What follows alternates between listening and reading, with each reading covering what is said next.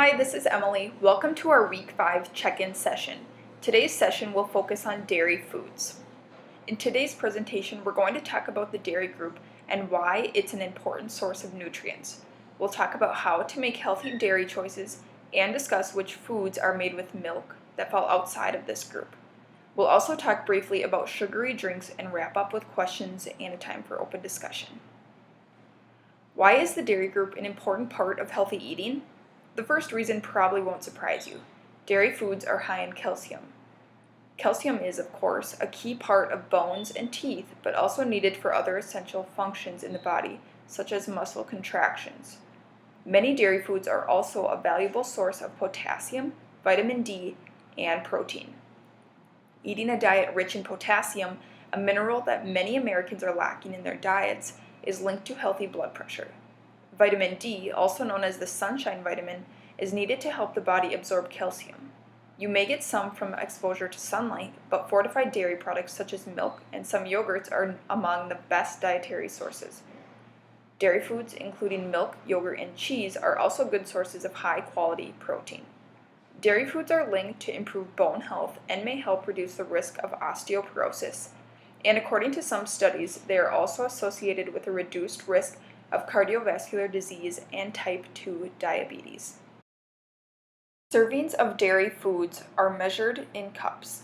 1 cup of milk, yogurt, or soy milk counts as 1 serving. Please note that soy products are not technically a dairy product. However, most are fortified with calcium and vitamin D, so they are counted in this group due to providing an alternative source of key nutrients. Cheese also counts. Either 1.5 ounces of natural cheese or 2 ounces of processed cheese is equivalent to 1 cup of dairy. When selecting foods from the dairy group, keep the following recommendations in mind. Choose fat-free or low-fat milk, yogurt, and cheeses. Much of the fat in dairy products is saturated fat, which is an unhealthy fat that is linked to higher LDL or bad cholesterol levels. Choosing fat-free or low-fat versions of these foods still gives you all of the important nutrients, but with fewer extra calories and saturated fat grams. If you use soy milk, look for one that is fortified with calcium. Many are, but check the label to know for sure. If you are lactose intolerant, look for lactose-reduced or lactose-free milk. Some people with lactose intolerance are able to tolerate small amounts of yogurt and natural cheeses, but how well it's tolerated can vary from person to person. There are several other foods that are made with milk or dairy products, but are not considered part of the dairy group due to their minimal calcium and nutrient content. These include butter, sour cream, cream cheese, cream, and ice cream.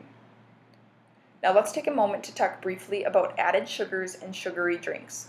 Soft drinks, energy drinks, and sports drinks are the largest source of added sugar in the American diet. Added sugars are those that add calories to the diet but with no nutritional value. As we discussed a few weeks ago, these are added to foods artificially for sweetness, unlike naturally occurring sugars such as those found in fruit or milk.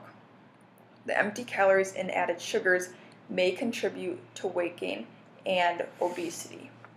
Sugary foods and drinks may take the place of other nutrient-dense foods, such as when a soda replaces a glass of milk with a meal. Here are some simple tips to help you limit sugary foods and drinks. First, choose fat-free or low-fat milk rather than sweetened or flavored milk. Read labels on yogurt carefully. Many yogurts have a lot of added sugar. You can tell if this is the case by reading the ingredients list for things such as sugar, high fructose corn syrup, and ingredients that end in ose. And lastly, choose water in place of sugary drinks such as sodas, energy drinks, and sports drinks. Here are a few questions that I want you to think about. How do you fit in your dairy servings each day? Do you have any tips, tricks, or recipes that work well for you? Have you tried any new dairy foods recently? Thanks for taking the time to watch this check-in session. If you have any questions, please feel free to ask myself or Bree. We'll send the next weekly challenge on Monday.